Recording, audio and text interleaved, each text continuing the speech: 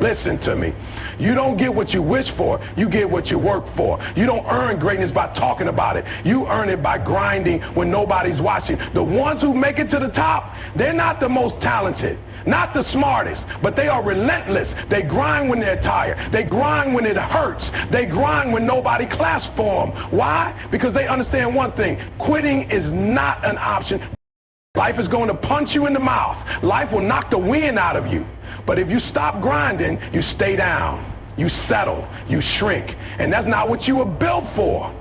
You were built to rise, to push through the pain, to fight through the darkness until the light shows up. So I'm asking you, what are you doing when it's hard? When it's boring? When no one believes in you?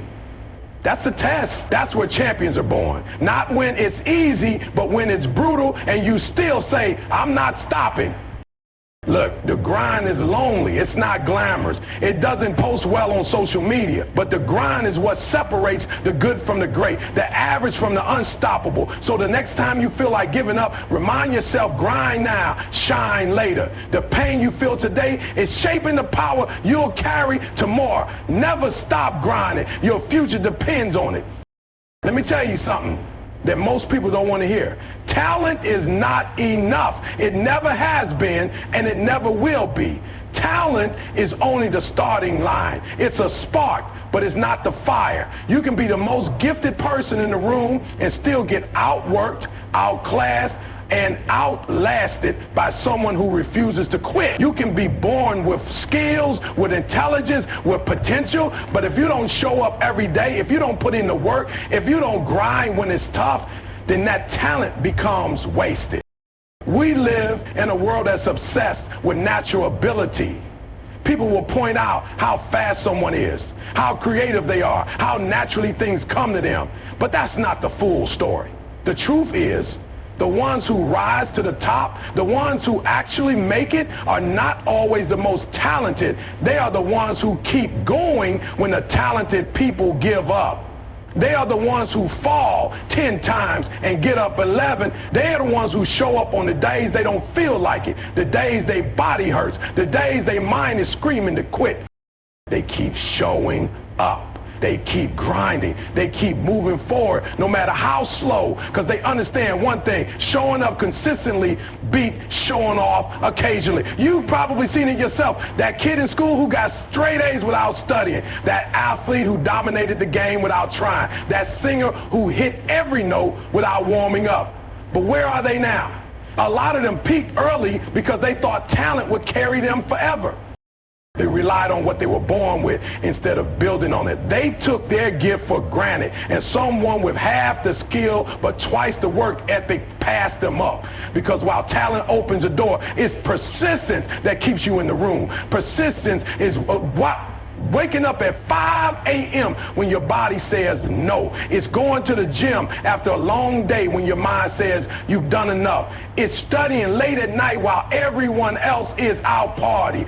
It's choosing discipline over comfort, day in and day out, even when you're not seeing immediate results.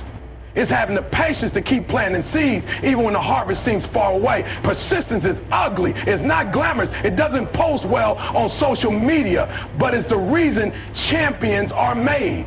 You don't need to be born with everything. You just need to outlast everyone, because life is a marathon, not a sprint. It's not about how fast you start. It's about how strong you finish. Talent will get tired. Talent will burn out.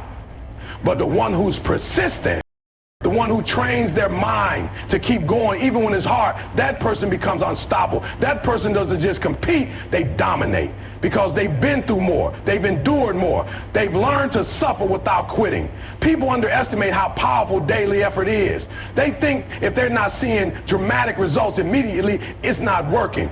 But greatness is built in the small things, repeated with excellence. It's the extra rep, the extra call, the extra hour. It's doing what others won't so you can have what others can't. And the crazy part, anyone can do it. You don't need special permission. You don't need a perfect pass. You just need a reason big enough to keep pushing when it gets tough. You just need to want it more than you want the rest. Let me make this plain. If you rely only on your natural gifts, you will lose to someone who works harder. You will lose to someone who prepares more. You will lose to someone who treats every moment like it matters, every setback like it's a setup for a comeback. That's the real difference. Not who's gifted, but who's gritty. Not who shines when things are easy, but who still shows up when everything falls apart. That's the person who wins. So if you've ever been told you're not talented enough, not smart enough, not good enough, good, that's your advantage, because you're not leaning on talent. You're leaning on heart. You're building something real, something solid, something that lasts. Keep grinding, keep showing up, keep proving that consistency, discipline, and hustle will always rise above raw talent, because persistence beats talent when talent doesn't grind. And most of the time, talent doesn't grind. Everybody wants to be strong, but nobody wants to struggle. Everybody wants to shine, but nobody wants to storm. What people don't understand is that adversity isn't something that comes to break you, it comes to build you. You don't become powerful by avoiding the pain. You become powerful because you faced it, because you endured it, because you refused to run from it when most people would have folded. Adversity doesn't show up to ruin your life. It shows up to reveal what's inside you. It strips away the noise, the distractions, the excuses, and it puts you in a position where you have no choice but to grow. When the comfort is gone, when the support is gone, when it's just you and the pressure, that's when you find out who you really are. You don't find that kind of strength on the mountaintop. You find it in the valley. You find it when the lights go out and all you got left is grit. Some of the strongest people you'll ever meet aren't the ones who had it easy. They're the ones who've been through it. They've been knocked down so many times, they lost count, but they got up every single time. They've cried, they've bled, they've doubted, but they never surrendered. They made the decision that no matter what happens, they would never stop pushing. That kind of strength doesn't come from books. It doesn't come from theory. It comes from experience. It comes from surviving the fire and walking out forged like steel. There are things adversity teaches you that nothing else can. It teaches you patience when you're waiting for doors to open that seem permanently locked. It teaches you humility when your pride gets shattered. It teaches you focus when the distractions get stripped away and you're left with your purpose. It teaches you discipline when you realize that talent alone isn't enough. And most of all, it teaches you resilience. The kind of resilience that doesn't crumble under pressure, but rises in the face of it. People often ask, why me when adversity shows up? But the better question is, what is this trying to teach me? Because the lesson is always there. The growth is always there. You just have to be willing to go through it instead of trying to go around it. The ones who succeed at the highest level are not the ones who avoided hardship. They're the ones who accepted it, embraced it, and let it shape them. They understood that the pain was part of the process. You can't build muscle without resistance. You can't build strength without weight. You can't grow in life without being tested. And the tests don't come when it's easy. They come when it's messy, when it's dark, when it feels like everything is falling apart. But if you keep going through those moments, if you refuse to back down, something changes inside you. Your mind gets sharper. Your heart gets tougher. Your spirit becomes unshakable. There will be moments when you feel like it's too much, when your dreams feel distant, when your efforts seem wasted, when your prayers go unanswered. But don't let those moments break you. Let them train you. Let them mold you into the person you were always meant to be. Because after the storm, you won't be the same. And that's the point. You'll be better. You'll be wiser. You'll be stronger. And here's the truth. The people who walk through adversity with their head held high, with faith in their steps and fire in their soul, those are the people who leave a legacy. Not because life was kind to them, but because they didn't let life defeat them. They didn't need perfect conditions. They needed purpose. They needed a reason to keep going when the world said stop. So don't fear adversity, respect it, face it, fight through it. Because when it's all said and done, you'll look back and realize it wasn't the easy days that made you who you are. It was the battles, the setbacks, the late nights, the broken moments. Those were the chapters that transformed you. That's the training ground. That's where greatness is built. There's a myth out there that says you need to feel inspired to get things done, that you need to be fired up, hyped up, and in the mood to chase your dreams. But the truth is, the people who are really getting it done, the ones who are showing up every single day no matter how they feel, aren't doing it because they're motivated. They're doing it because they built discipline. Motivation comes and goes. It's inconsistent, it's emotional. One moment is high, the next is gone. But discipline, that's different. Discipline doesn't care how you feel. It doesn't ask for permission. It doesn't wait for the perfect time. It shows up and does the work. There will be days when you're tired, days when you're drained, days when everything in you wants to quit. And those are the moments that separate the committed from the curious.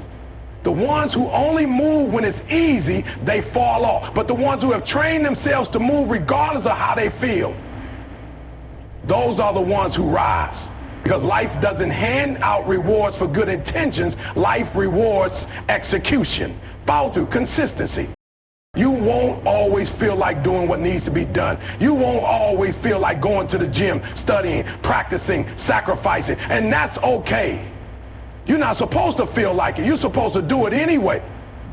That's what makes it disciplined. That's what makes it powerful. Because anybody can do it when it's fun. Anybody can do it when they're excited. But when it's hard, when it's boring, when nobody's watching, that's when discipline steps in and takes over. Discipline is the voice in your head that says get up when everything else says sleep in. It's the reason you put in the reps even when your muscles are sore. It's the reason you keep learning when your brain is fried. It's the reason you say no to temporary pleasure because you're committed to a permanent purpose. It's not flashy, it's not loud, but it's the backbone of every dream worth chasing. There's a reason why so many people start and so few finish. It's not because they didn't want it. It's not because they weren't excited. It's because they didn't develop the habit of showing up on the hard days. They waited to feel right before they acted, and that delay cost them everything. Because if you only move when the feelings are there, you'll be stuck forever. But if you move when the feelings are gone, you become unstoppable. The real one wake up before the sun. Not because they want to, but because they said they would. They don't skip the grind because it's inconvenient. They show up because their word means more than their mood. They built systems, routines, standards that guide them forward even when life gets loud. And when you operate like that, on discipline, not emotion, you don't just chase goals, you crush them. So if you're waiting for motivation, stop. If you're waiting for the perfect moment, stop. Start now. Start now. Start tired, start unmotivated, start scared. Just start and do it again tomorrow and the next day until the actions become automatic, until the resistance disappears, until your habits carry you even when your emotions try to hold you back.